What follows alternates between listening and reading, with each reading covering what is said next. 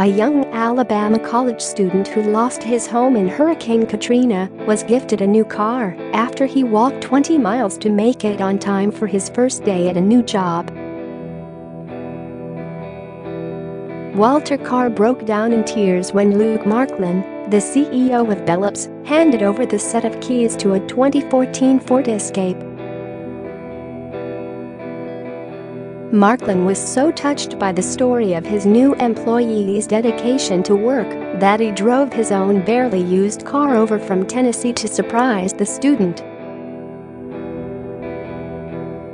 Carr set off at midnight from Homewood for the 20-mile journey on Friday after his car broke down right before his first day at the moving company.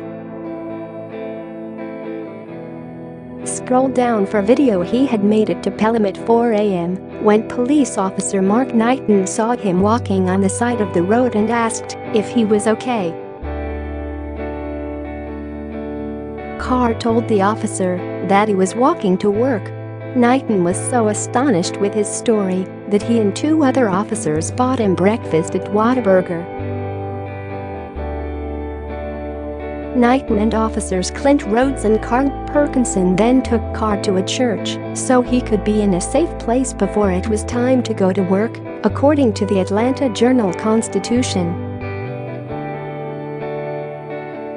When Officer Scott Duffy went to pick Carr up in the morning, he was already walking to work again. Duffy picked up the student and drove him to the house of Jenny Lamey, who was moving with her family that day. He told the couple Carr's incredible story, revealing how he walked all night to get to his very first day on the job at Lamey's house.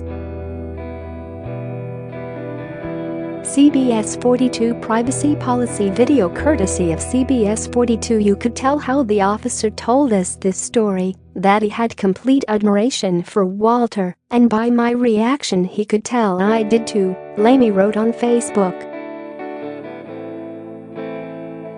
Lamey then asked Carr if he wanted to go upstairs to nap until the rest of the crew arrived. But Carr politely declined and said he could go ahead and get started. Carr helped Lamey and her husband begin to pack up, and that's when she learned about his incredible life story. He was from New Orleans. He and his mother lost their home in Hurricane Katrina and they came and made their home in Birmingham, she wrote. I asked him if he was tired from all that walking, and he replied that he wasn't and that he had a 4-hour nap before he left at midnight. When the crew arrived, one member enthusiastically went up to Carr and said thanks for showing up. Lamey then asked Carr to tell the crew just what he did to get there that day. Walter said I walked.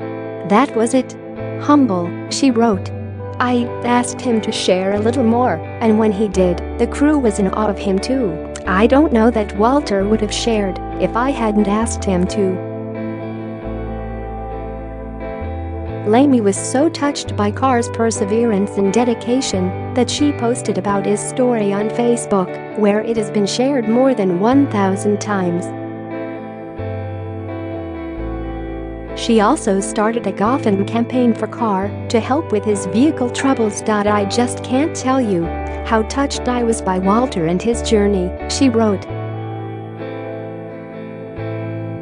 He is humble and kind and cheerful, and he has big dreams. He is hardworking and tough. I can't imagine how many times on that lonely walk down 280 in the middle of the night did he want to turn back. But he walked until he got here. I am in total awe of this young man. So was Marklin, who drove down from Tennessee and told Carr that he wanted to get coffee to personally thank him. Instead, the CEO surprised Carr, who hopes to join the U.S. Marines, with the Ford Escape. Carr became emotional as Marklin gave him the keys and could only say, Seriously, Lamy and the Pelham officers who helped Carr were also on hand to witness the sweet surprise. "I am honestly blown away by him," Markland told the paper. "Everything he did that day is exactly who we are, heart and grit. So far, he's batting 1,000. Share this article. Carr said he promised himself he was going to get to his first day on the job one way or another.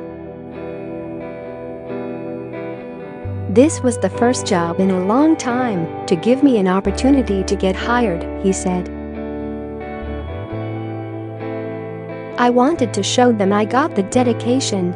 I want people to know this, no matter what the challenge is, you can break through the challenge," he added.